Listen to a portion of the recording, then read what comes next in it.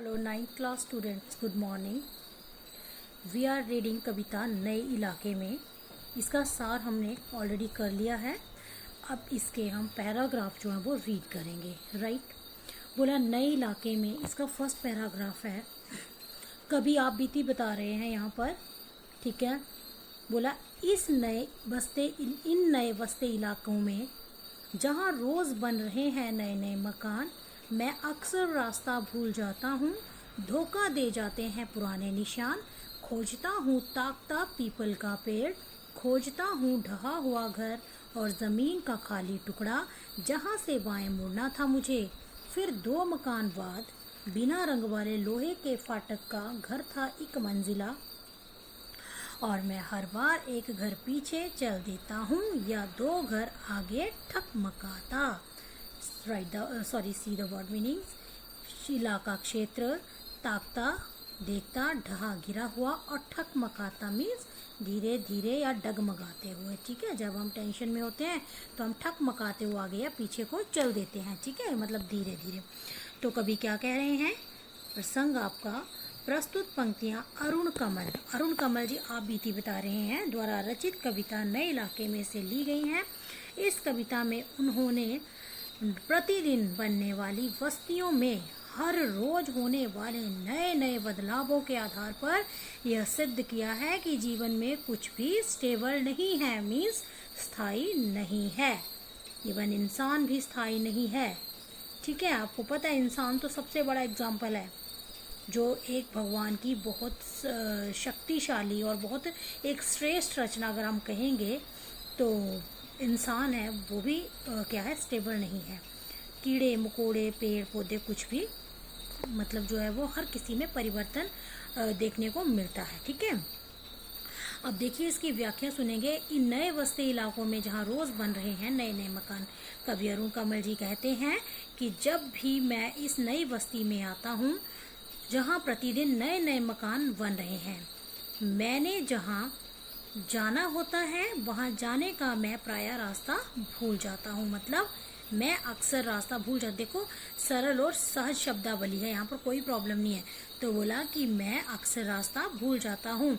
जिन निशानियों के आधार पर मुझे अपनी मंजिल पर जाना होता है वह पुराने निशान मिट चुके होते हैं। ठीक है, मैं वहाँ पीपल के पेड़ और पुराना गिरा हुआ मकान ढूंढता रहता हूँ। खोजता हूँ ढहा हुआ और ज़मीन का खाली टुकड़ा जहाँ से बाएं मुड़ना था मुझे। ठीक है, पीपल का पेड़ दिखाओ।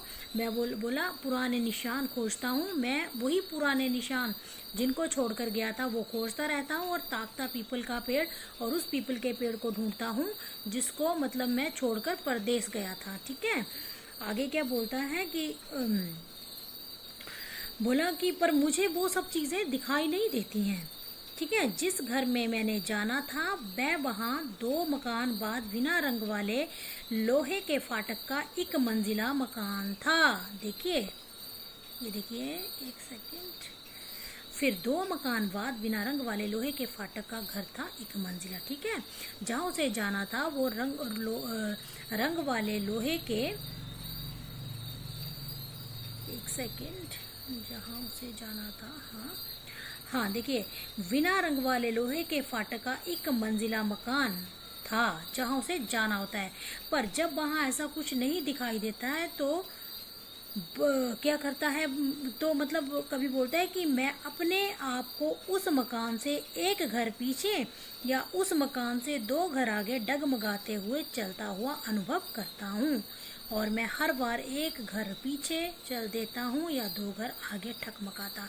हमेशा मेरे साथ ऐसा होता है कि मैं या 2 मतलब एक मकान से उस मकान से जहाँ मुझे जाना उससे पीछे एक घर पीछे या फिर 2 घर आगे धीरे धीरे सोचते हुए चलता हुआ अनुभव करता हूँ।